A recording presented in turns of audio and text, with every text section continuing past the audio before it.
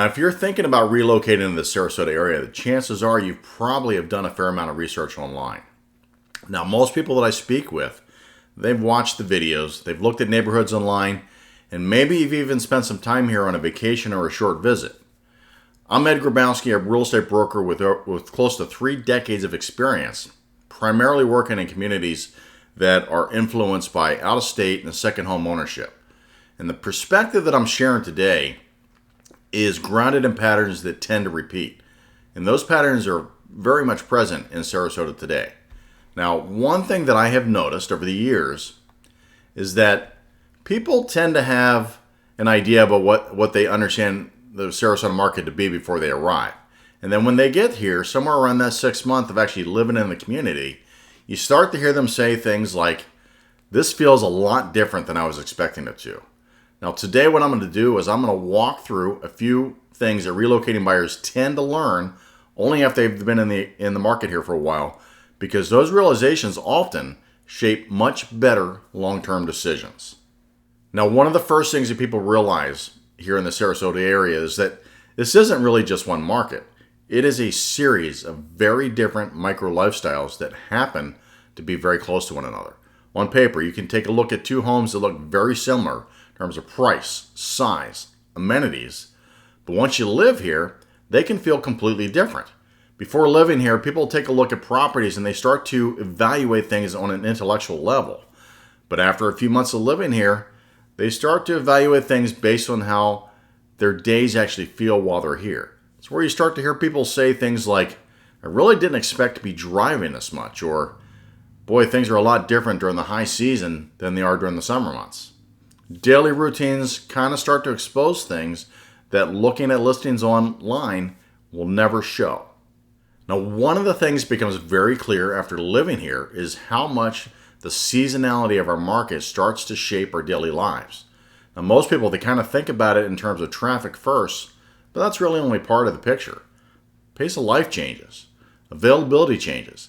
Even the way that the area feels day to day shifts between the high season and the off season.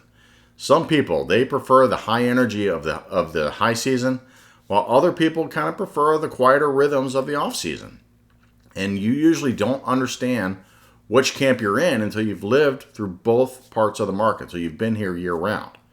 It kind of shows up in the restaurants or services, healthcare access. Getting appointments at the doctor's office can really be challenging during the high season.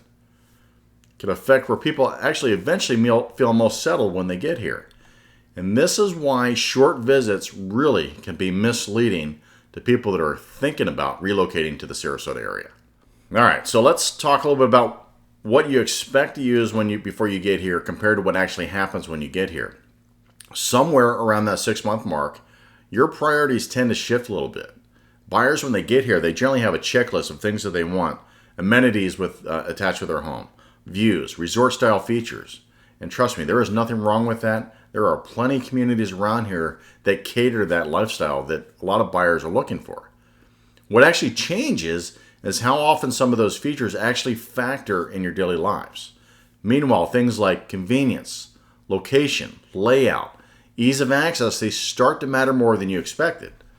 What happens is people get here and they realize that that vacation version of living here is not something that most people deal with year-round when they live here. Comfort and convenience end up being way more important than the excitement of the lifestyle, which is a very normal calibration to living here in the Gulf Coast. Now, around this time, a lot of relocating buyers, they start to rethink how they view renting.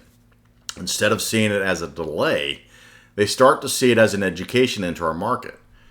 Renting actually lets you experience what an ordinary day is like as opposed to just the ideal ones. Because, as I mentioned before, we don't live every day like the vacation lifestyle. You actually learn what kind of fits into your lifestyle before you make something permanent.